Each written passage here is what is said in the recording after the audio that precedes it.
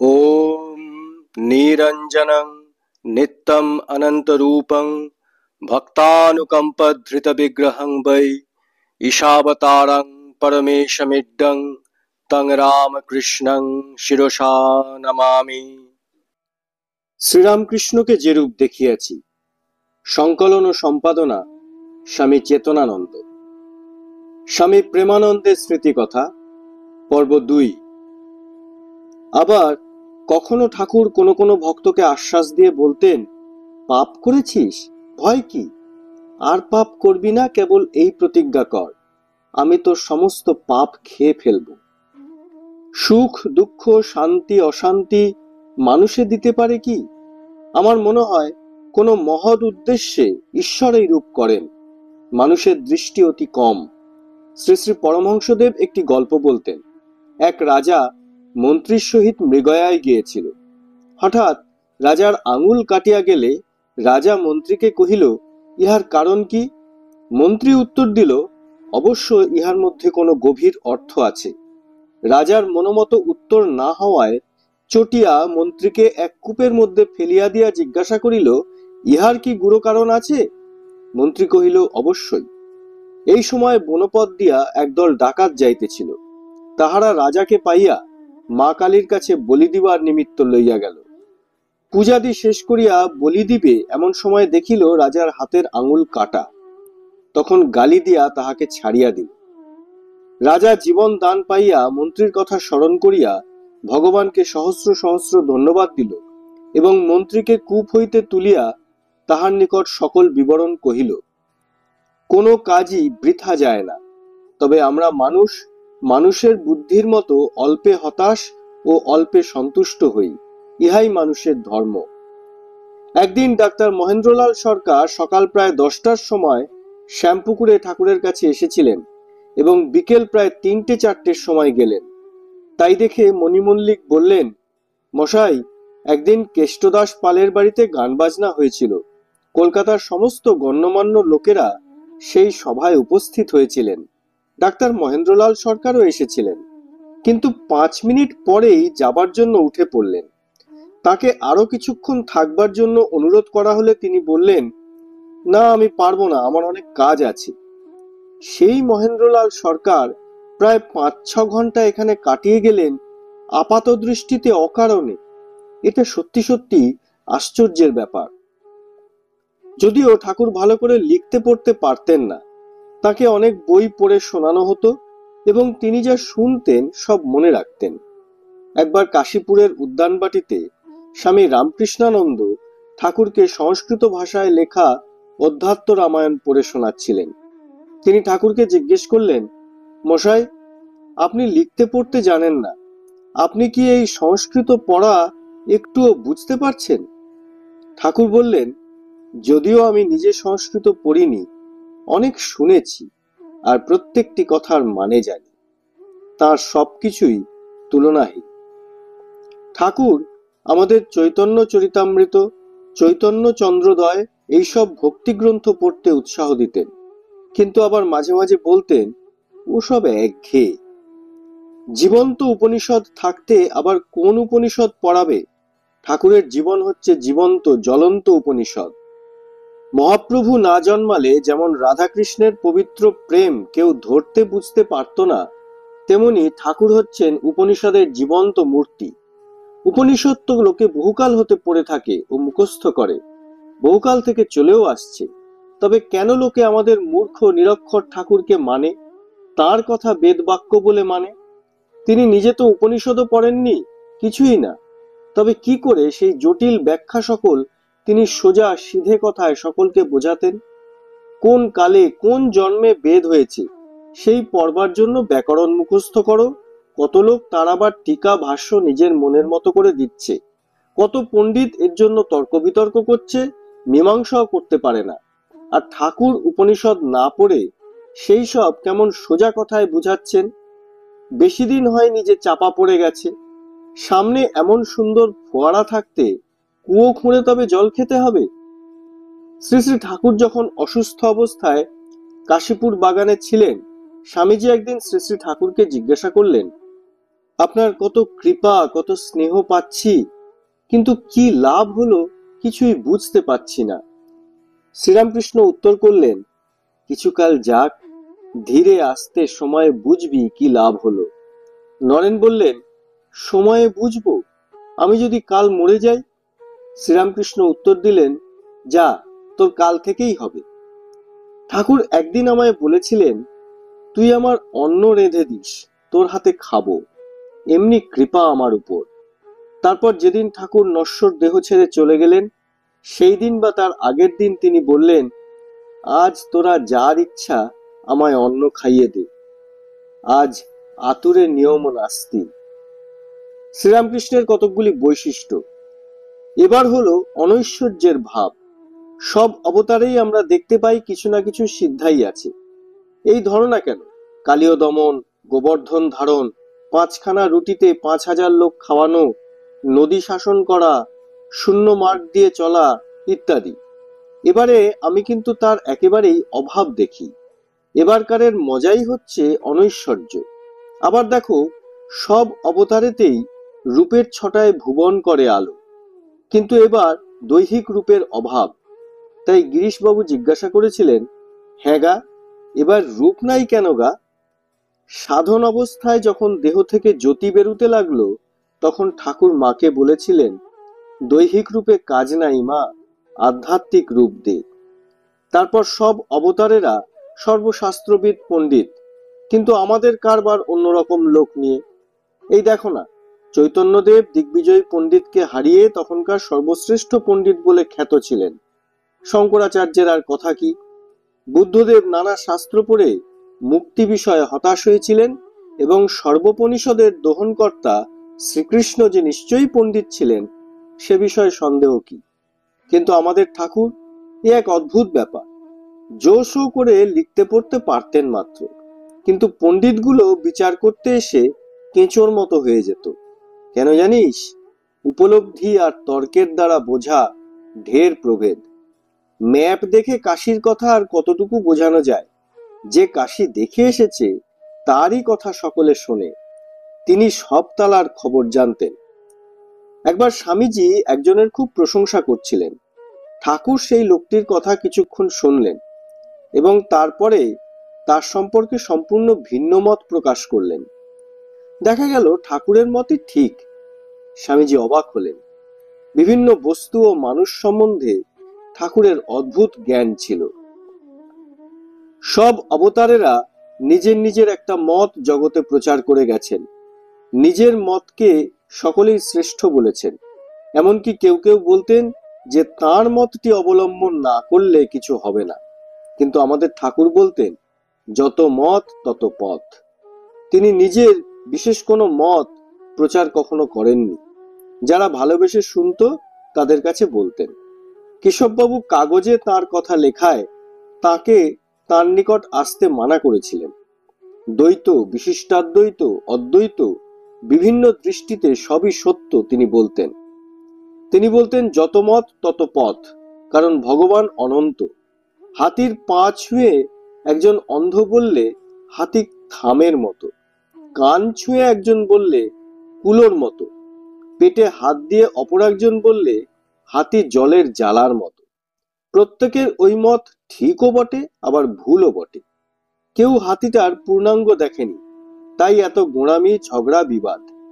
তিনি নিজ জীবনে দেখালেন, যে কোনো মত অবলম্বন করে সেই পথে এগুলে সত্য লাভ করা যায়, এবং বললেন, ঝগড়া বিবাদে দরকার নেই, সব মতই ঠিক, যার যা পেটে সয়। কেবল এগিয়ে যাও, এগিয়ে যাও, পথে বসে ঝগড়া করো না। জীবনের উদ্দেশ্য ঈশ্বর লাভ। তাকে লাভ না করতে পারলে কেবল দুঃখ কষ্ট ভোগ। অতএব তাকে পেতেই হবে, তা যেমন করেই হোক। অত মত পথে ঝগড়া বিবাদে দরকার কি? আম খেতে এসছিস, আম খেয়ে চলে যা। পাতা গুনতে গুনতে যে সব শক্তিটারই অপব্যয় হয়ে গেল। কেবল তর্ক আর বিচার, তিনি সাকার না নিরাকার, পুনর্জন্ম আছে কি নেই। কাশীর কথা যদি জানতে চাস, তাহলে যারা কাশী গেছেন তাদের কাছে রাস্তাঘাট সম্বন্ধে জেনে নিতে হবে। তারপর সেখানে গিয়ে নিজে দেখে আসতে হবে। ঘরে বসে বসে কাশী এই রকম, কাশী এইরকম হাজারবার বললেও কাশীর ধারণা হবে না। পুনর্জন্ম থাকুক বা না থাকুক তাতেই বা আমার কি, আমার এই জন্মেই ঈশ্বরকে পেতে হবে, না পেলে নয়। চাই হৃদয়, চাই ব্যাকুলতা, আন্তরিকতা। তাঁর অদর্শনে যখন প্রাণ যায় যায় হবে তখন তিনি দেখা দেবেন, এই তাঁর সার উপদেশ। দিনমণি পাটে বসছেন দেখে ঠাকুর বলতেন, আমার কি করে গেলে, আমি তো যেমন তেমনই রইলুম। জিভ টেনে বার করতেন, মাটিতে মুখ ঘষরাতেন। এই জীবন তার বৃথা বলে বোধ হতো, আত্মসাক্ষাৎকার হলো না বলে। তার অদর্শনে তিনি কালসর্প দংশন জ্বালা ভোগ করতেন। সেই রকম তীব্র বৈরাগ্য যতদিন না আসবে ততদিন এই সংসার চক্রে পেষিত হতে হবে। মিথ্যা সুখরূপ মায়া মরীচিকা অন্বেষণ করে হতাশ হতে হবে। কি বৈরাগ্যের টান বলো দেখি, মাথার লম্বা লম্বা চুলের মধ্যে সরিষার গাছ হয়ে গেল, তাতেও ভ্রুক্ষেপ নেই। যখন যে অবতার এসেছেন তারা প্রত্যেকেই এক একটি ভাবের আদর্শ। অবশ্য তাদের মধ্যে অন্য কোনো ভাব ছিল না তা নয়, সব ভাবই ছিল, তবে একটি ভাব তাঁরা প্রকাশ্যে দেখিয়ে গেছেন। এই যেমন মহাপ্রভু প্রেমের ঘনীভূত অবস্থা, যেন তাতে জড় বলে কিছু নেই। যেমন জল জমে বরফ হয়, তেমনি প্রেম জমে শ্রীচৈতন্য হয়েছেন।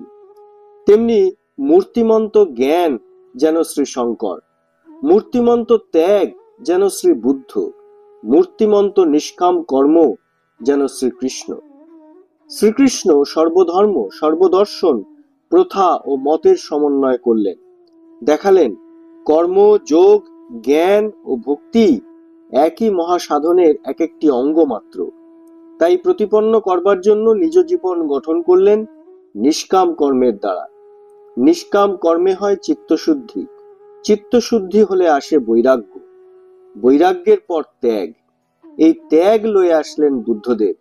নিজের জন্য কিছু না, মুক্তিও না, সবই জীবের জন্য। জীবের মুক্তির পথ আবিষ্কার করতে পারলুম না বলে কেঁদেছিলেন। ত্যাগের পর জ্ঞান, জ্ঞান লয়ে আসলেন শঙ্কর। এই জ্ঞানের পর প্রেম, এই প্রেম বিতরণ করতে এলেন প্রেমময় মহাপ্রভু শ্রী চৈতন্য। কিন্তু ভারত ভাবলে প্রত্যেকটি বুঝি প্রত্যেকটির বিরোধী। তাই বিরোধ মিটল সর্বধর্ম সমন্বয় কর্তা শ্রী শ্রী রামকৃষ্ণদেবের আগমনে। ঠাকুর ছিলেন করুণা ঘনমূর্তি, তার দয়ার সীমা ছিল না। কাশীর পথে দেওঘর বৈদ্যনাথ ধামে নেমেছিলেন। সেখানকার গরিবদের দুঃখ দারিদ্র দেখে মথুরবাবুকে বলেছিলেন, এদের ভালো করে খাওয়া দাওয়া, নইলে রইল পড়ে তোর কাশি, আমি এদের কাজ ছেড়ে যাব না। লাঞ্ছিত হয়েও দয়া করেছেন। অসহ্য রোগ যন্ত্রণার মধ্যেও দয়া করবার জন্য ব্যাকুল হয়ে থাকতেন। বলতেন, কই আজ তো কেউ এলো না, আর রাস্তার দিকে তাকাতেন। হাজরা বলেছিল, নরেন নরেন করে পাগল হচ্ছ কেন, ওদের জন্য ব্যাকুল হওয়ার তোমার কি দরকার, তোমার স্থান গোলকে, কৈলাসে, তোমার ওদের জন্য ভাববার কি দরকার। তিনিও তাই ভাবলেন। পঞ্চবটিতে গেলেন, ওখানেই সকল রকম দর্শনের আড্ডা। মা তাকে বললেন, তুই তো বড় বেকুব, তুই কি নিজের সুখ ভোগের জন্য এসছিস? ছি। তখন ঠাকুর বলেছিলেন, জীব কল্যাণের জন্য এর চেয়ে লক্ষ গুণ কষ্ট সহ্য যদি করতে হয় তা করব। 6 মাস যেতে হলো না, যার তার পাপ নিয়ে গলায় ঘা হলো। কথা জোরে বলবার জো ছিল না, পেটে ক্ষুধা খাবার জো ছিল না, উঠে বসে সুখ ছিল না, অষ্টপ্রহর গাত্রদাহ। কিন্তু অহৈতুক কৃপা সিন্ধু কৃপা বিতরণে কখনো ক্ষান্ত ছিলেন না। এইরকম 1.5 বৎসর জীবের জন্য ক্রুশবিদ্ধ হওয়া আর কাকে বলে? ধ্যান জপের নাম করে চুপ করে বসে থাকা, ওটা হলো তমর লক্ষণ। ঠাকুর নিজে কত কাজ করতেন, তাকে মালির কাজ করতে আমরা দেখেছি। নিজে ঘর ঝাড় দিতেন, তারপর এলোমেলো কাজ করা আবার দেখতে পারতেন না। প্রত্যেক খুঁটিনাটি কাজগুলো পরিপাটি রূপে নিজে করতেন, আমাদেরও করতে শেখাতেন। যেখানকার জিনিস ঠিক সেইখানে না রাখলে বকতেন কত। আমাকে কি করে পরিষ্কার পরিচ্ছন্নভাবে পানটি পর্যন্ত সাজতে হয় শিখিয়েছিলেন। কিন্তু আবার সর্বদাই অন্তর্মুখী মন। জিনিসপত্র কিনতে গিয়ে ঠকে আসলে ঠাট্টা করতেন। বলতেন, তোদের সাধু হতেই বলেছি, বোকা হতে তো কখনো বলিনি। বলতেন, যোগঃ কর্মসু কৌশলম। ঠাকুর সর্বপ্রকারের সাধন করেছিলেন, সর্বধর্ম মতের মধ্য দিয়ে ঈশ্বরকে উপলব্ধি করে কৃতার্থ হয়েছিলেন। সর্বভূতে ভগবানকে দর্শন করে তার ঘৃণ্য অঘৃণ্য ছিল না। সর্বক্ষণ প্রেমে গড়গড় মাতোয়ারা থাকতেন। দল বাঁধাবাঁধি ভাব তার একেবারেই ছিল না। যিনি আত্মজ্ঞানী, যিনি প্রেমিক চূড়ামণি, যিনি সর্বধর্ম গ্রন্থি ভেদ করেছেন, তাঁর আবার বেড়া প্রাচীর কি? ওইগুলোর সৃষ্টি হয় কখন জানিস? যখন দুর্বলতা, ভয় ও হিংসায় হৃদয় পূর্ণ থাকে। আমাদের মধ্যে দল বাঁধাবাঁধি ভাব যখন ঢুকবে, তখন জানবি আমাদের সংঘের পতনের আর বেশি দেরি নেই। দল বাঁধাবাঁধি করতে গিয়ে ভারত মরেছে। ডোবা পুকুরের জলই খারাপ হয়, স্রোতস্বিনী কখনো কলুষিত হয় না। খবরদার যেন কখনো গোঁড়ামির ভাব তোদের মধ্যে না ঢোকে। আমরা রামকৃষ্ণ দলের লোক, রামকৃষ্ণ ছাড়া আর জীবের গতি নাই। অতএব তোমরা সব রামকৃষ্ণ ভজ। রামকৃষ্ণ সবচাইতে বড় অবতার। এসব বলে যেন কখনো কাহারও ভাবে আঘাত না দেওয়া হয়। শ্রী শ্রী ঠাকুরের অহংকারের ভাব আদৌ ছিল না, তবে শরীর ধারণের জন্য শুধু বিদ্যার আমি মা রেখেছিলেন। মূর্তিমন্ত পূর্ণ নিরভিমানের অবতার আমরা সচক্ষে দেখেছি। শোনো বলি, জগৎগুরু শ্রীরামকৃষ্ণ কাঙালিদের এঁটো পাতা মাথায় করে ফেলেছেন, নিজের মাথার লম্বা লম্বা চুল দিয়ে পায়খানা মুছেছিলেন। যা, আজ থেকে তোদের অহংকার দূরীভূত হলো। ঠাকুর একটা গল্প বলতেন, শোন। গুরু শিষ্যকে বললেন, তোমার চাইতে যা নিকৃষ্ট তাই নিয়ে এসো। শিষ্য কিছু না পেরে শেষে বিষ্ঠাই তার চাইতে নিকৃষ্ট ঠিক করলে। কিন্তু যেই বিষ্ঠা গ্রহণ করবার জন্য অগ্রসর হলো, অমনি বিষ্ঠা বলে উঠল, ছুঁয়ো না, ছুঁয়ো না, মানবের সংস্পর্শে এসেই আমার এই দুর্দশা হয়েছে। আমি সন্দেশাদি খাবার ছিলাম, তখন আমার কত আদর ছিল, কিন্তু তোমাদের সংস্পর্শে এসে আমি এখন ত্যায্য হয়ে পড়েছি। এই শুনে তার যেটুকু অহংকার ছিল তাও চূর্ণ হলো। সে বুঝলে তার চাইতে দীন বস্তু আর কিছু নেই। ঠাকুর মূর্খ সেজে থাকতেন, কিন্তু কত রকমই না বিদ্যা জানতেন। পাখিদের ভাষা থেকে শরীরের গঠন দেখে তার স্বভাব চরিত্র জ্ঞান, বেদ বেদান্ত পুরাণ তন্ত্র সব তার করতলা মলকবৎ। তিনি বলতেন, মানুষের চোখ মুখ দেখলেই তার ভেতরে কি আছে দেখতে পাই। তার নিকট প্রথম প্রথম কেউ গেলে ঠাকুর তার অঙ্গ প্রত্যঙ্গাদি সব পরীক্ষা করে নিতেন। আমাকেও পরীক্ষা করেছিলেন। আমার হাতের কনুই অবধি নিজের হাতে রেখে ভারী কি হালকা ওজন করে বললেন, লক্ষণ ভালো। কোথা থেকে যে এসব শিখলেন? শাস্ত্রে আছে ঊর্ধ্ব সৌরতমা। ঠাকুরকে না দেখলে এই কথা কখনো বিশ্বাস হতো না। সমস্ত দেহের প্রত্যেক নারী, এমনকি প্রত্যেক পেশিটির উপর তার কি অদ্ভুত আধিপত্য ছিল। যে গলার ঘায়ের জন্য যন্ত্রণার শেষ নেই, সেই ঘা ধোয়াবার সময় একটু অপেক্ষা করতে বলে বলতেন, এইবার ধো। তখন আর কোনো জ্বালা যন্ত্রণা থাকতো না। এর কারণ কি জানিস? যোগীরা সর্বদেহের উপর আধিপত্য করতে পারেন, এমনকি তারা হৃৎপিণ্ডের গতি পর্যন্ত বন্ধ করে দিতে পারেন। যখন খুশি প্রাণ দেহের যে কোনো অংশ থেকে সরিয়ে নিতে পারেন, তখন দেহের সেই অংশটা জড়ের মতো হয়ে যায়। কোনো প্রকারের অনুভূতি আর তাতে থাকে না। ছুরি দিয়ে খোঁচা দিলেও তার আর কোনো সার হয় না। বুঝলি, এসব গল্প নয়, এসব আমরা সচক্ষে দেখেছি। শ্রীকৃষ্ণ গোপীদের সঙ্গে বিহার করতেন কামদেহের উপর থেকে প্রাণটা সরিয়ে নিয়ে, ঊর্ধ্ব সৌরতম। কথাটা এইবার বোঝবার চেষ্টা করো। তবে কি জানিস, অবতার পুরুষরা আত্মাতে অবস্থিত থাকলেও একটু না একটু দেহ সংঘাত থাকেই, কিন্তু সেটুকুও তারা যখন খুশি সরিয়ে নিতে পারেন। এই একটু কিন্তু থাকা চাই, নইলে দেহ থাকে না। এই যেমন ঠাকুর বলতেন, খোলের ভিতর শ্বাসটা শুকিয়ে আলাদা হয়ে গেলেও ওটা খোলের সঙ্গে একটা না একটা জায়গায় লেগে থাকেই। জাতিভেদ সম্বন্ধে বলতেন, ভক্তদের থাক আলাদা, তাদের আপনাদের মধ্যে জাতি বিচারের কোনো দরকার নাই। উচ্চ কুলোদ্ভব কুচরিত্র লোকের হাতে তিনি খেতে পারতেন না, এমনকি সেরকম লোকে আসন পেতে দিলেও বসতে পারতেন না। আবার একজনের উচ্ছিষ্ট পাতে হাত দিতে যাচ্ছিলেন, অমনি সে চেঁচিয়ে উঠল, মশাই করেন কি, আমি অখাদ্য খেয়েছি, আপনি আমার পাত স্পর্শ করবেন না। ঠাকুর তাতে উত্তর দিয়েছিলেন, তাতে কোনো দোষ নাই, তোমার মন ভালো। তিনি মাঝে মাঝে বলতেন, যে হবিষ্যান্ন খায় কিন্তু ভগবানে ভক্তিহীন এবং ভিতরে বিষয়ে পোড়া, তার হবিষ্যান্ন গো শূকর মাংস তুল্য হয়। আর যে ভক্তিমান শ্রদ্ধা সম্পন্ন, সে যদি অখাদ্য খায়, তবে তার সে অখাদ্য নয়, হবিষ্যান্ন। ঠাকুর সূচিবায়ুগ্রস্ত লোকেদের বড় ঠাট্টা করতেন। বলতেন, সূচিবায়ুগ্রস্ত লোকদের কেবল অশুদ্ধ বিচার করতে গিয়ে সর্বদা মনে একটা অসুচির ভাব থেকে যায়, তাই ঈশ্বর চিন্তা তাদের মধ্যে ঢোকা বড় কঠিন। তিনি তাদের কপালে আস্তাকুরের মাটির খোঁটা পড়ে ধ্যান করতে বলতেন। তাই বলে মনে করো না যে আচারবিহীন শৌচবিহীন হলেই পরমাংশ হওয়া যায়। ঠাকুর মার কাছে বকলমা দিয়ে দেহ ধারণ করেছিলেন, আবার গিরিশবাবু ঠাকুরের কাছে বকলমা দিয়েছিলেন। বকলমা মানে কারো কাছে কোনো কার্যের ভাড়ার পণ। গিরিশবাবু নিজের দুর্বলতা দেখে ঠাকুরের নিকট তার আধ্যাত্মিক উন্নতির ভাড়ার্পণ করেছিলেন। এ বড় কঠিন ব্যাপার। অহংকারের লেশমাত্র থাকলে বকলমা দেওয়া যায় না। ঠাকুর বলতেন, এতে ঝড়ের এঁটো পাতার মতো থাকতে হয়। যেমন বিড়ালি তার ছাকে কখনো বড়লোকের বিছানায়, আবার কখনো বা ছাইয়ের গাদায় শুয়ে রাখে।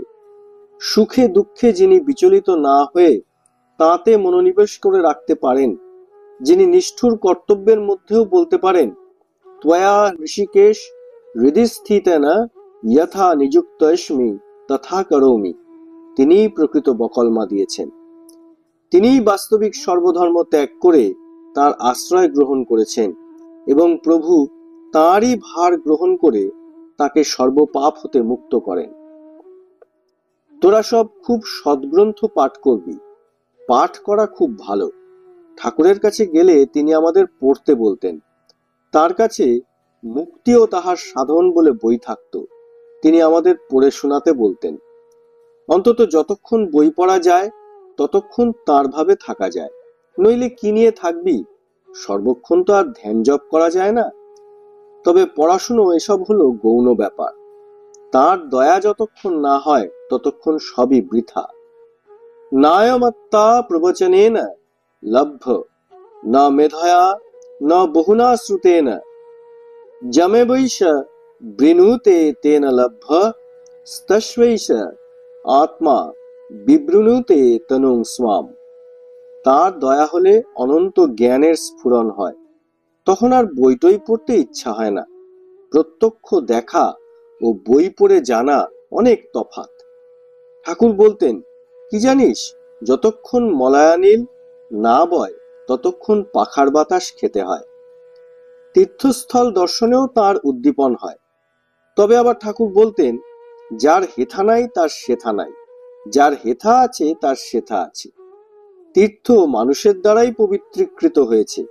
মহাপুরুষদের শুভেচ্ছায় তীর্থবায়ু পবিত্রতায় পূর্ণ থাকে বলেই তাপিত ব্যক্তি সেথায় শান্তি পায়। তীর্থের পবিত্রতার কারণ মানুষ, আবার যদি সেখানে কুচিন্তা স্রোত বইতে থাকে তাহলে সে তীর্থের মাহাত্ম্য ক্রমে নষ্ট হয়। আগে কষ্ট করে কেবল প্রকৃত ভক্তরাই তীর্থ করতে যেত, কিন্তু আজকাল যার টাকা আছে সেই তীর্থ করে, হাওয়া বদলাতেই হোক আর যার জন্যই। ঠাকুরের কৃপায় তোরা তাতে মগ্ন হয়ে যা, যাকে একেবারে তলিয়ে যাওয়া বলে। ভগবান কথার বস্তু নন, উপলব্ধির বস্তু। তাকে আমাদের পেতেই হবে, এই জন্মেই পেতে হবে, তা সে যেমন করে হোক। তাকে লাভ করা ছাড়া এ ত্রিতাপদগ্ধ সংসার মরুভূমি পার হওয়ার আর কোনো উপায় নাই। আর কোনো বস্তুই জগতের শান্তি বিধান করতে পারে না। ভগবত ভক্তি মরু হৃদয়ে একমাত্র শীতল বাড়ি। ওম শ্রীরাম কৃষ্ণার্পণমস্তু।